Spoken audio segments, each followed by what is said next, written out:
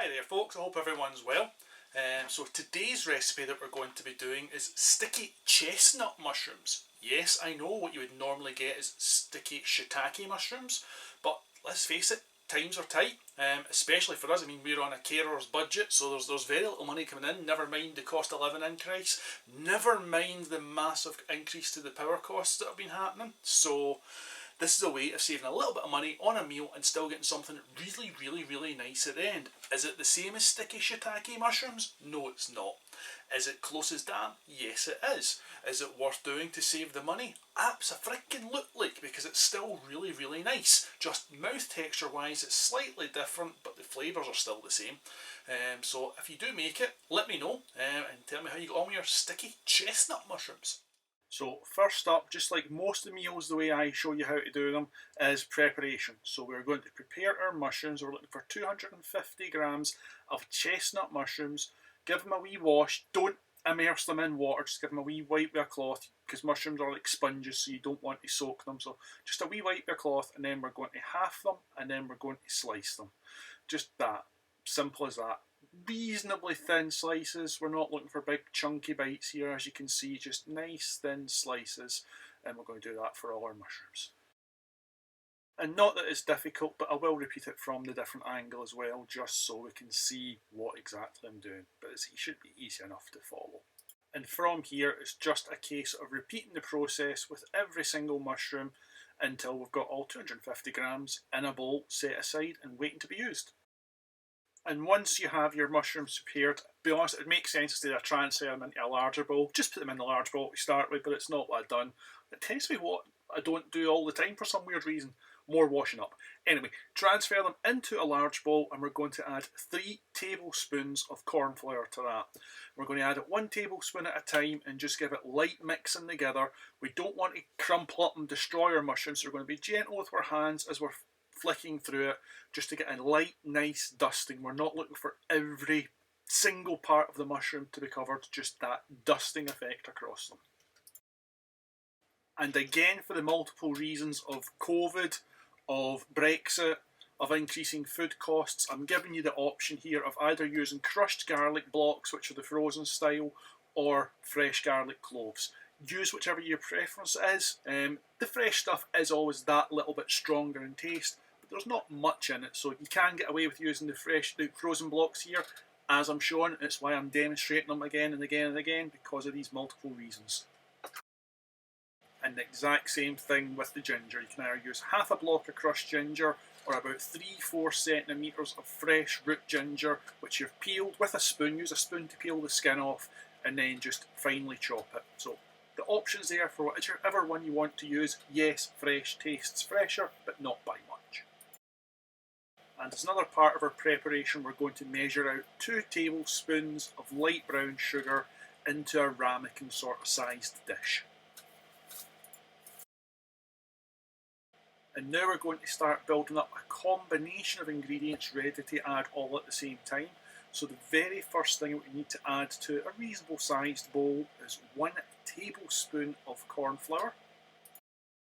To the corn flour, we are then going to add 1 teaspoon of water, but we want to do this half a teaspoon at a time. What we're creating here is a non-Newtonian fluid, so it's going to get really quite hard and stiff. So don't worry about it, that's natural, it's what corn flour does. It's a cool effect, you can do lots of other cool things with it, but that's for a science experiment, not cooking. Anyway, so half a teaspoon at a time, and just give it a mix together with a silicone spatula as we go along. To our corn flour mixture, we're going to add 2 tablespoons of rice vinegar. Now stir slowly, otherwise your non-Newtonian fluid that you've just created will harden up on impact, and we don't want that, so nice slow stirring and everything becomes more of a liquid as we go along. Next up, into the same bowl and same mixture is 4 tablespoons of soy sauce. Yes, it's no longer the most appealing colour as we make it, but it's the most simple, easy way to get your preparation correct, especially if you're going to add your stuff separate to the bowl later. If you add just the corn flour mixture on its own, you get hard chunks forming in your sauce right away, and then it's a work to break those down. By doing it all this way and putting everything together, it will go in nice and easy, and the sauce will look lovely. Following on to that, we're going to add 1 teaspoon of Sriracha sauce. Now the Sriracha might want to stick to your spoon, and if you are measuring it exactly, as I always like to do, I like to get my measurements correct. You might just need to go within with your finger to just try and get the Sriracha out.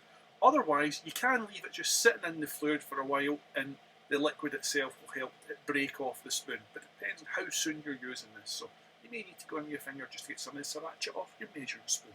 That's cool, that's fine. Your hands are clean, you've washed them anyway.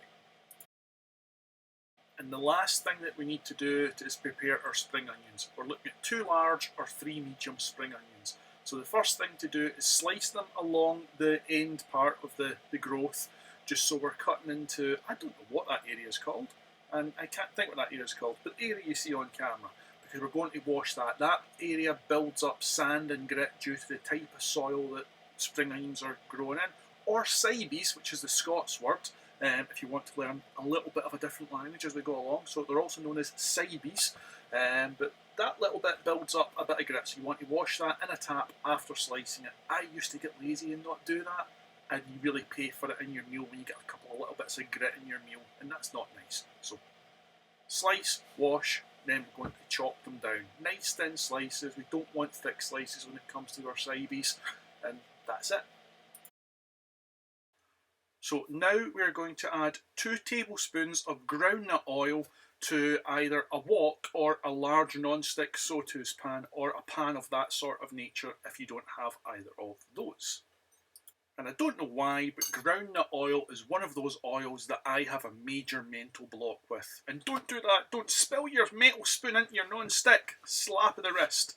But yeah, I have got a major mental block as to what groundnut oil comes from. I keep having to look it up periodically because I keep forgetting. Anyway, it's a type of legume. And now we're looking to bring the oil in our pan up to high heat. We're looking for a good shimmer running across and through the oil. You'll be able to see this visually.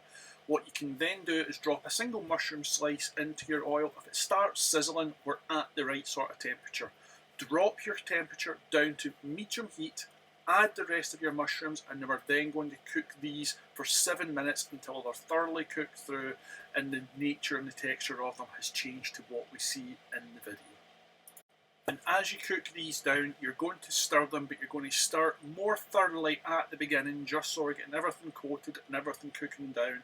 As the 7 minutes progress, you need to stir them less and less, but you still do need to keep them moving. And we're looking for a bit of browning on the edges, a little bit of crisping up sort of texture. You can sort of see it in the video, hopefully, but we're looking for that just slight browning of the edges, much darkening, and obviously a major reduction in size of the mushrooms. And as things progress, there will be some sort of clumping together happening as well with the mushrooms. It's not huge, but there's a little bit of grab happening with them, but not masses. And we're now going to transfer our mushrooms into a heat-proof bowl, just something that won't crack because there's going to be a bit of hot oil transferring along with the mushrooms. Get the pan as empty as possible, just use your spatula to scrape it down and get everything in it. We now want to put the pan on a low heat, and we're going to add our sesame oil, which is 1 tablespoon, and immediately add our garlic and ginger as well. Be careful if we are using the frozen varieties because they can spark if your temperature of your pan is too high. And you don't want molten garlic or molten ginger coming flying at you. But if you've been cooking it medium, the time you've taken the transfer of the mushrooms out and put it back on a low heat on it, it should normally be pretty safe to use. As we can see here, there's no sparking. But if you've been a little bit naughty and used the pan at too high a temperature, be careful of those sparks. We're only going to be cooking this for about 30 seconds, minute at max. We're just looking for the fragrance to come off it. Once you can smell the sesame, once you can smell the garlic and ginger, it's done and we're ready to add the next ingredient. And immediately we're looking to add our 2 tablespoons of light brown sugar that we prepared earlier. We're going to mix this for 2 minutes until it's well caramelised. Again, as soon as those ginger and garlic were fragrant, we need to get this sugar in right away because we don't want to be burning the ginger, we don't want to be burning the garlic. So the sugar goes in immediately as soon as you can smell it being fragrant, and then mix this for 2 minutes. Keep it moving. We don't want to burn the sugar, but we want it nice and caramelised in with the ginger and the oil and the garlic. And whilst our sugar is caramelising, we also need to make sure that our cornflour, soy sauce, rice vinegar mixture, we need to make sure the cornflour hasn't solidified at the bottom. So just gently move around your spoon in that as well, and then we're going to add that directly into the mixture we've got here. Just pour nice and gently, but make sure you have stirred it first. Otherwise you do risk that cornflour having solidified at the bottom, and we don't want that. So we want everything to go in nice and smooth. And again, the reason we're putting everything together, if you don't do this and you just separate your ingredients so you're adding your cornflour paste, you can end up with really thick, heavy lumps of the cornflour paste throughout, and it takes quite a wee bit to break that down. This eliminates that happening by having everything together. Even now you can see some of the cornflour paste did grab that way, but very little. And this sauce will now thicken up really fast, really quickly. It's only going to take the 2 minutes until we've got the really sticky sauce we expect, and then we can add our mushrooms. And as soon as that 2 minutes is up, we're getting the mushrooms back in as well. You'll have seen the nature of the sauce change over those 2 minutes, so it's nice and rich and sticky, and it's exactly what we're looking for.